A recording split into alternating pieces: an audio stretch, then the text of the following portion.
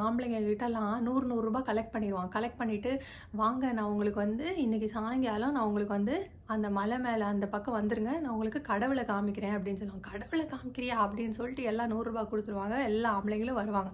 வந்த உடனே எல்லாம் வெயிட் பண்றப்ப, "என்னய்யா கடவுள காமிக்கிறேனியா? ஒண்ணுமே காணோமே" அப்படின்னோனே, "இல்ல, இல்ல உங்களுக்கு காமிக்கிறேன்" அப்படின்னோனே, திடீர்னு சத்தம் போட்டு, "ஏய் பிரகாசமா ஒரு வெளிச்சம் தெரியுது பாரு! கடவுள் வந்துட்டாரு, வந்துட்டாரு, வந்துட்டாருன்னுவான்." ஐயோ! என்ன இவங்க எல்லா ஆம்பளைங்களும் "எங்க, எங்க, எங்க?" அப்படிம்பாங்க. உடனே வடிவேலு சொல்லுவான், "பாவி உன் கண்ணுக்கு தெரியலையா?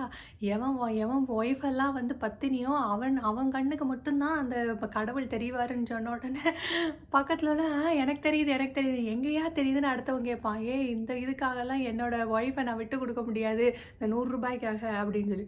நான் நினைக்கிறேன் இதுதான் அந்த காலத்துல நடந்திருக்குமோ என்னமோ! அவங்க சொல்லி நம்மளும் அத ஃபாலோ பண்ண ஆரம்பிச்சுட்டோம். ஏதோ கடவுள் இருக்காரு, ஒரு பெர்சன் இருக்காரு, அவரு ஹெவன்ல இருக்கிறாரு.